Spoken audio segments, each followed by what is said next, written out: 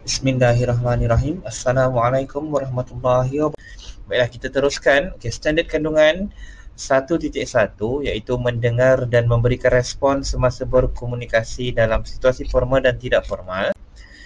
Standard pembelajaran kita pada hari ini iaitu 1.1.1 mendengar, mengecam sebutan dan menyebut semula ujaran yang terdapat dalam situasi formal.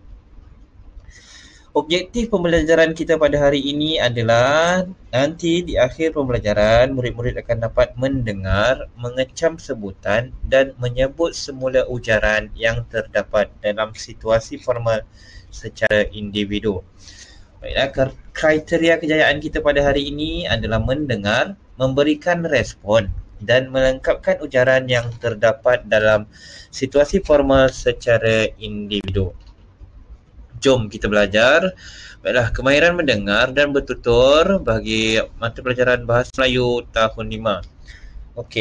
Tema kemasyarakatan. Apa maksud kemasyarakatan ni ya? Tema kemasyarakatan menyentuh tentang cara hidup dalam kehidupan bermasyarakat. Pelbagai program dan aktiviti yang boleh dijalankan untuk memastikan perhubungan yang lebih akrab. Wujudnya sikap bantu-membantu, menjaga keselamatan dan sebagainya. Ambil contoh.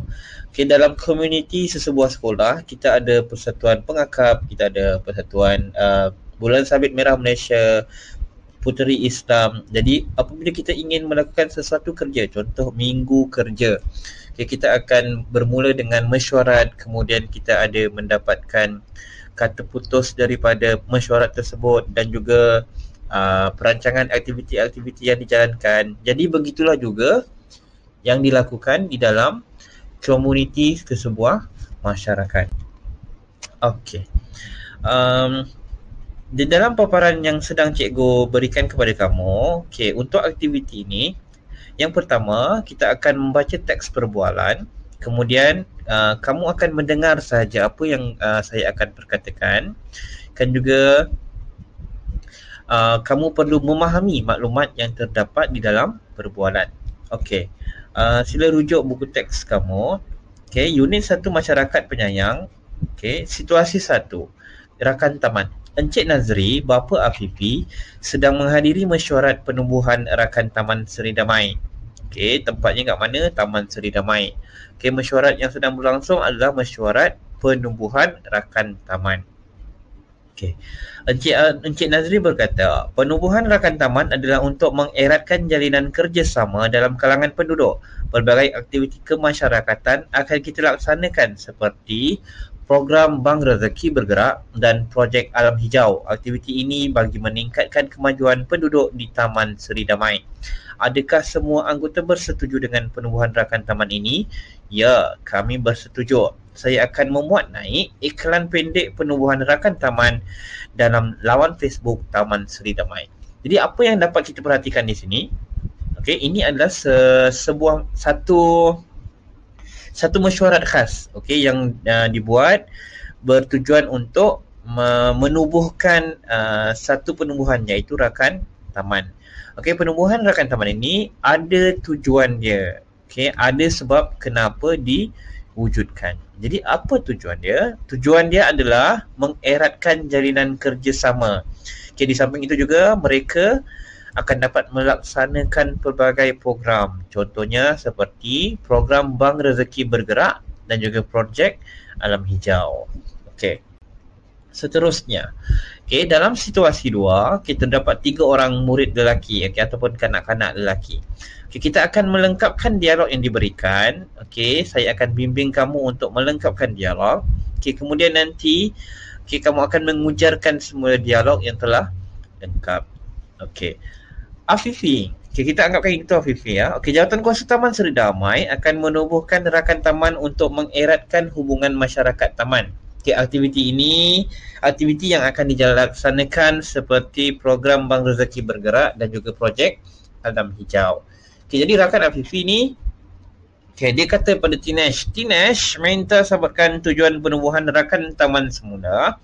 Jadi dia minta untuk menyebut semula. Maksudnya kat sini proses yang akan berlaku ialah kita akan mengecam butiran-butiran penting apa yang cuba disampaikan. Kemudian kita minta untuk mengulang kembali butiran-butiran penting tersebut. Okey, seperti yang kamu semua maklum. Okey. Kalau kita rujuk pada situasi 1, Encik Nazri berkata, penumbuhan rakan taman adalah untuk mengeratkan jalinan kerjasama dalam kalangan penduduk. Pelbagai aktiviti kemasyarakatan akan kita laksanakan seperti program Bank Rezeki Bergerak dan juga projek Alang Hijau. Aktiviti ini bagi meningkatkan kemajuan penduduk di Taman Seri Damai. Jadi apa agaknya tujuan? Sebab dia kata Tinesh minta sebutkan tujuan penumbuhan rakan taman semula. Jadi apa agaknya dialog yang diucapkan oleh Tinesh? Okey, sama seperti yang pernah cikgu ajar kamu sebelum ini, apabila kita bertanya sesuatu soalan, okey, kita akan ambil sedikit butiran-butiran penting daripada soalan tersebut untuk dijadikan semula di dalam ayat yang kita akan bina. Jadi kita ambil butiran penting, tujuan penumbuhan rakan taman adalah untuk mengeratkan jalinan kerjasama dalam kalangan penduduk. Jadi itulah dialog yang disebutkan oleh Tinesh. Kat situlah berlakunya proses pengecaman. Kamu mendengar terlebih dahulu apa yang butiran penting diucapkan, kemudian kita mengecam semula. Kita tengok apa butiran-butiran penting, kita ucapkan atau kita ujarkan kembali maklumat tersebut. Contoh yang cikgu bagi di sini, aktiviti 1. Cikgu Amir kata, Zafran beritahu kepada rakan kamu bahawa pada minggu hadapan kita akan mengadakan mesyuarat Kelab Bahasa Melayu di kantin sekolah. Jadi Zafran pun berkata, rakan-rakan, pada minggu hadapan Cikgu Amir akan mengadakan mesyuarat Kelab Bahasa Melayu di kantin sekolah. Jadi apa butiran penting yang dapat Zafran cam di sini? Yang pertama, minggu hadapan. Apa yang akan diadakan? Mesyuarat Kelab Bahasa Melayu di mana? Di kantin sekolah. Jadi butiran yang cuba disampaikan itu adalah lengkap. Aktiviti kedua, Suraya bertanya kepada Aina, Aina, bila agaknya Kelab Bahasa Melayu akan mengadakan mesyuarat ya? Aina pun berkata, oh, Zafran ada beritahu saya bahawa Cikgu Amir akan mengadakan mesyuarat Kelab Bahasa Melayu pada minggu hadapan di kantin sekolah. Jadi apabila kamu dapat mengecam apa butiran-butiran penting, butiran-butiran tersebut dapat disampaikan, disalurkan kepada orang lain. Jadi tidak akan berlaku percanggahan. Latihan yang pertama cikgu bagi di sini, jika kamu lihat pada gambar, Datuk Laksmana beritahu Datuk Bendahara datang menghadap beta sekarang. Jadi apa agaknya Datuk Laksmana katakan? Ini adalah bahasa istana. Jika kamu lihat penggunaan bahasanya adalah beta. Beta merujuk kepada seorang sultan. Jadi apa yang Datuk Laksmana akan katakan? Apa kata ganti nama bagi Datuk Laksmana? Saya atau Patih? Jadi kamu isi semula apa yang akan dialog diucapkan oleh Datuk Laksmana. Latihan 1. Latihan 2, Sazali tolong beritahu Cikgu Hasan jumpa saya di bilik guru.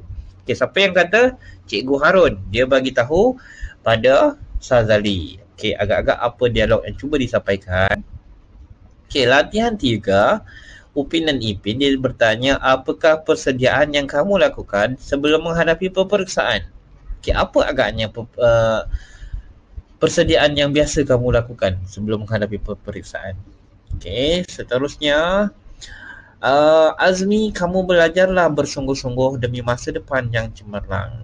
Ayah Azmi bagi tahu pada Azmi apa yang beliau inginkan. Jadi apa agaknya yang Azmi cuba akan balas nanti pada dialognya. Dan yang terakhir, kemanakah kamu akan pergi pada cuti kali ini? Agaknya apa dialog yang akan dijawab nanti. Jadi latihan tersebut saya nak kamu salin semula di dalam buku bina ayat ya. Terima kasih, jumpa lagi, kita akan bertemu lagi pada sesi PDP yang akan datang. Kekal sehat, kekal cergas. Assalamualaikum.